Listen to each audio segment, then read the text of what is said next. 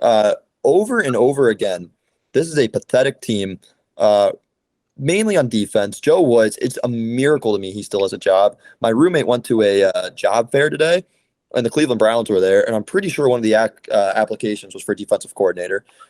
Joe Woods should be ashamed of himself. Terrible defensive coordinator. The defense has been the exact same for the last 3 years.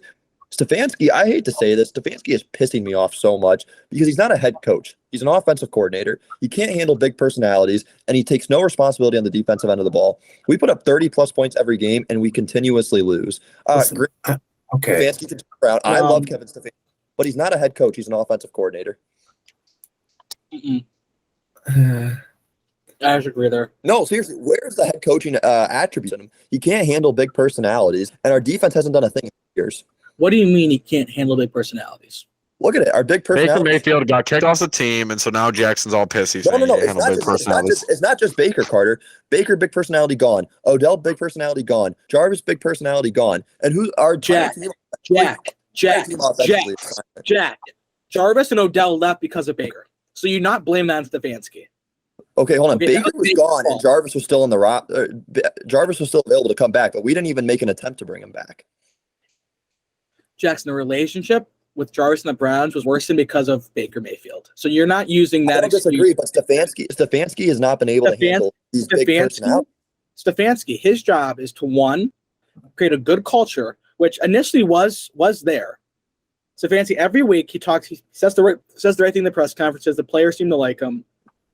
And his main thing is calling the offense. She does extremely well.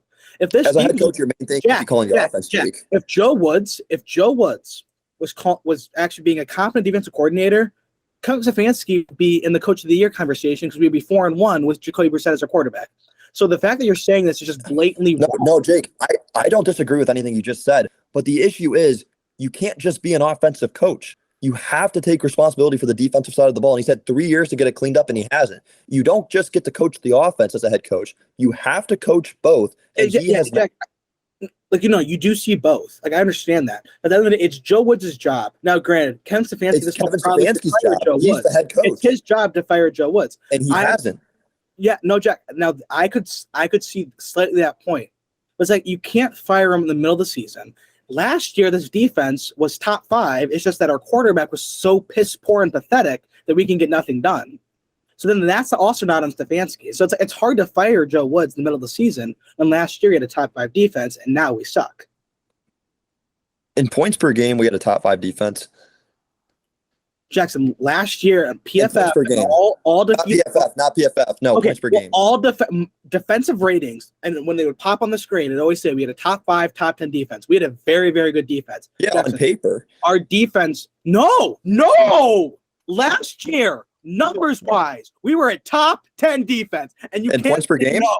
It was because our offense, not our offense. Our quarterback was so pathetic that Stefanski sent these beautiful play calls in with wide open people, and Baker, the Penguin, would turn it over.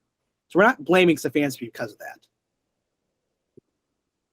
You can't blame him. You can blame him for the occasional, bad decision going for on 4th down or not kicking it there.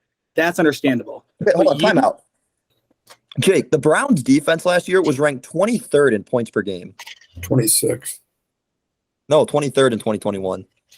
2022? I'm talking 2021, Hunter. Last year when Jake said we had top 5 defense, we ranked 23rd in points per game.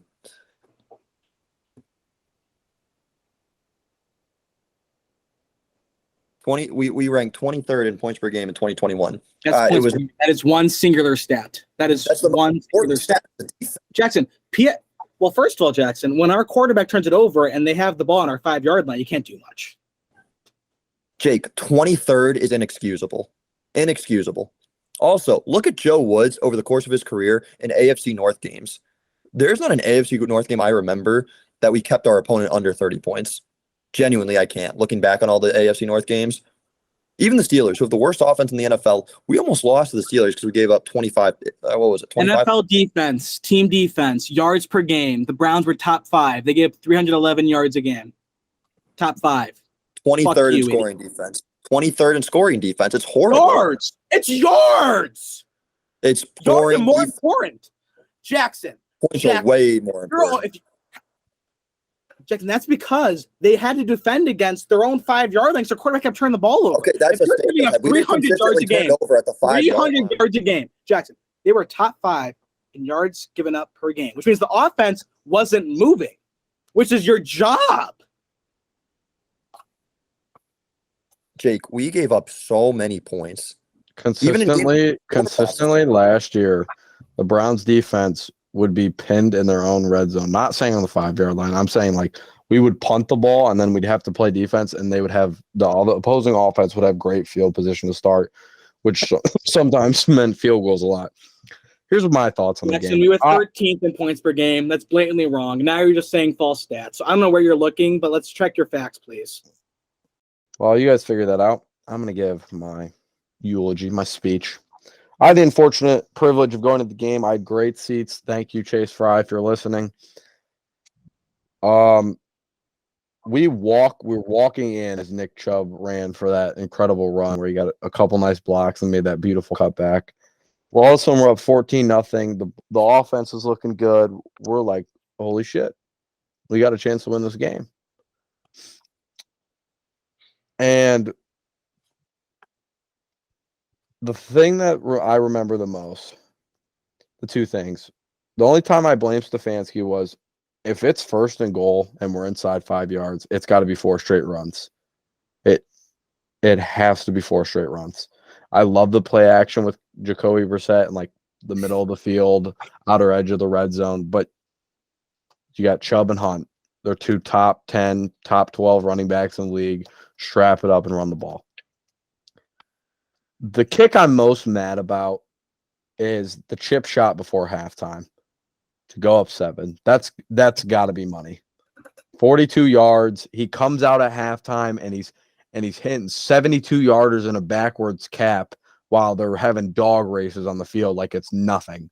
But then it's 42 yards. There was no wind. I have a video on my phone where the flags on, or like the streamers on the top of the goal post or field goal post is literally not moving. It was 65 degrees, not too hot. There's no element conditions. The snap was good. The hold was good. The laces were out, and he just pushed it. You got to hit the 42-yarder at least. Yeah, that's why you can't crown a kicker after one kick, especially in Cleveland. What do you mean, especially in Cleveland? Cade York, because Cleveland kickers have never worked out since Phil Dawson. Cleveland kickers, opposing Cleveland kickers in the last 36 kicks in First Energy Stadium, 34 of 36. They've missed 2 field goals in their last 36.